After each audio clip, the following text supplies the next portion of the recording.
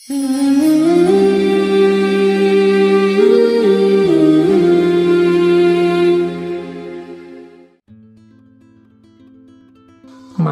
ke ranah hikmah. Bagaimana kebijaksanaan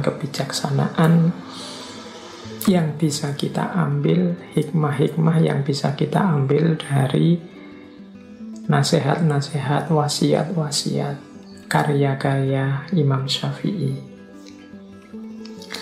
Kita awali pertama-tama dari satu jargon yang paling terkenal dari Imam Syafi'i, yaitu jika suatu hadis itu sahih, maka ia adalah madhabku. Ini terkenal sekali dawuhnya Imam Syafi'i. Jadi ini menunjukkan ketawaduan beliau, menunjukkan kesadaran beliau bahwa aku ini manusia biasa, sama seperti para ulama mazhab yang lain. Suatu ketika ada cerita, di situ juga saya cantumkan dari Imam Al-Humaidi. Jadi satu ketika beliau ini duduk jejer bareng Imam Syafi'i. Terus ada orang datang bertanya tentang satu masalah. Terus Imam Syafi'i menjawab, "Oh, masalahmu itu sesuai dengan hadisnya Rasulullah, ya jawabannya begini dan begini. Hadisnya ini, Rasulullah menetapkan begini." Nah, terus orang ini kelihatannya kayak tidak puas. Terus bertanya lagi, "Ya, itu kan Rasulullah, kalau pendapatmu sendiri bagaimana?" Wah, ini berubah sudah wajahnya Imam Syafi'i. Kemudian beliau berkata, "Subhanallah, apakah engkau melihatku di gereja? Apakah engkau melihatku di biara? Aku katakan kepadamu, Rasulullah telah menetapkan. Sementara engkau bertanya, bagaimana pendapatmu?" Nah, ini Imam Syafi'i memarahi orang itu. Ya, maksudnya apa engkau melihatku di gereja itu kan? Mbok anggap aku itu orang Nasrani, Mbok anggap itu aku ini non-muslim, aku ini Islam.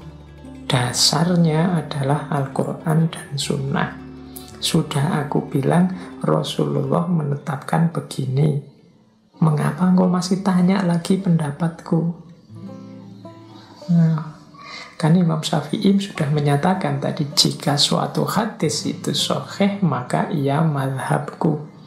Berarti itulah pendapatku. Ini yang saya bilang, inilah ekspresi dari ketawaduan, kesadaran seorang Imam Syafi'i. Beliau sadar bahwa dirinya hanya manusia biasa, dirinya punya kekurangan-kekurangan, dan sebagai seorang Muslim, komitmen utamanya adalah Al-Quran dan Sunnah. Cuma sebagai catatan, Imam Syafi'i ini mujtahid, mustaqil, mutlak.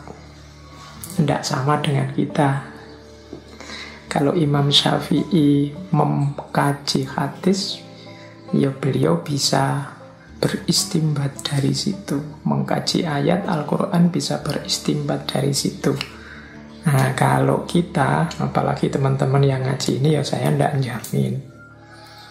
Jadi ya monggo memedomani Al-Quran dan Sunnah, mengkaji hadis, tapi juga diluaskan bacaannya. Kalau memang merasa tidak mampu mengistimbatkan sesuatu dari Al-Quran maupun hadis, wong kemampuan kita terbatas, ya logikanya harus mengikuti orang yang mampu.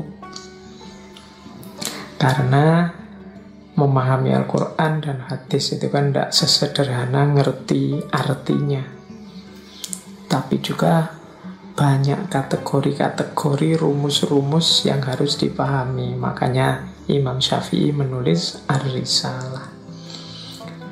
Oke, ini saya angkat juga karena ingin menunjukkan sebagaimana para imam mazhab sebelumnya, karakter tawadhu semacam ini juga dimiliki oleh Imam Syafi'i.